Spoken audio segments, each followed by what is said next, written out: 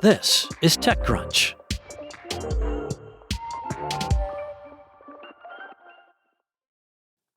Well, the Pentagon has added Alibaba, Baidu, EV maker BYD, and buzzy robotics company Unitree to a list of entities it says supports the Chinese military.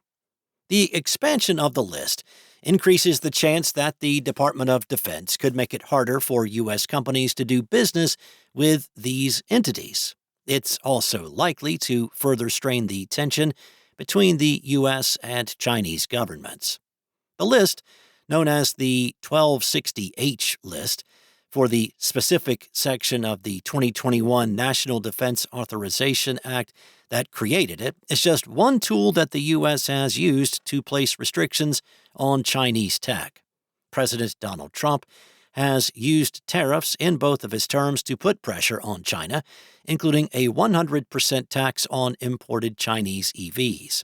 This particular update to the 1260H list was briefly published in February before being pulled from the Federal Register for unexplained reasons. Most of China's biggest artificial intelligence players are now on the list, with Tencent added last year. This comes as Trump has said he's weighing whether the U.S. should take equity stakes in the country's top AI companies. The updated list now includes 188 companies. The Pentagon added a handful of automotive industry players to the list this year. In addition to BYD, trendy EV company NIO, and battery companies Kalb Group and Eve Energy were added. RoboSense, one of China's leading makers of LiDAR sensors, has joined its rival Hesai on the list as well. Baidu is also one of China's leaders in autonomous vehicles. Apple is hoping to draw in newer developers with lower AI infrastructure costs, the company announced during its developer keynote at its Worldwide Developers Conference on Monday. The tech giant said that developers with fewer than 2 million first-time App Store downloads will be able to use its foundation models running in private cloud compute with no cloud API cost. The under 2 million figure is another means of capturing the indie developer audience, similar to Apple's efforts with the Small Business Program, where the company offers lower commission rates to smaller developers who are just starting to build their applications and are not yet earning millions. Apple also noted that the foundation model's framework is expanding this year to include image input and support for server models. Apple said that means the API can now integrate with the cloud model provider of a developer's choice to ensure getting started with a large cloud model is as accessible as possible as needed for more complex tasks. The move reflects a growing reality in the AI industry that experimentation is no longer cheap. By waiving infrastructure fees for smaller developers, Apple is positioning its models as a lower-cost alternative for those developers who do not want to take on additional cloud bills. Small developers aren't the only ones tightening their belts these days. Tech giants like Meta and Amazon have discontinued their internal AI token usage leaderboards, where developers once competed to burn cash by experimenting with AI tools. Uber, meanwhile, recently said it had run through its 2026 AI budget in just 4 months. News that some have taken as a need for more fiscal responsibility when it comes to AI. OpenAI announced on Monday that it confidentially filed for an IPO, marking what could be one of the defining public offerings of the decade.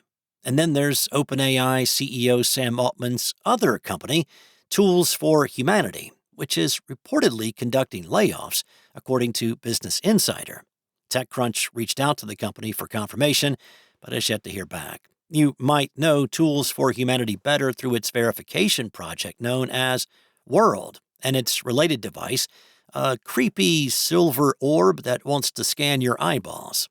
The idea is that the company will be able to verify people's identities using unique iris scans, helping to distinguish human activity from bot activity in the increasingly automated world that Tools for Humanity co-founder and chairman Altman is constructing.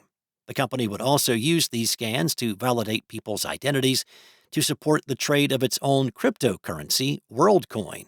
These vague, suspicious ambitions were enough to raise money at a $2.5 billion valuation from investors like Andreessen Horowitz, Bain Capital, and other funds backing blockchain companies. But now the company is reportedly downsizing as it struggles to create revenue.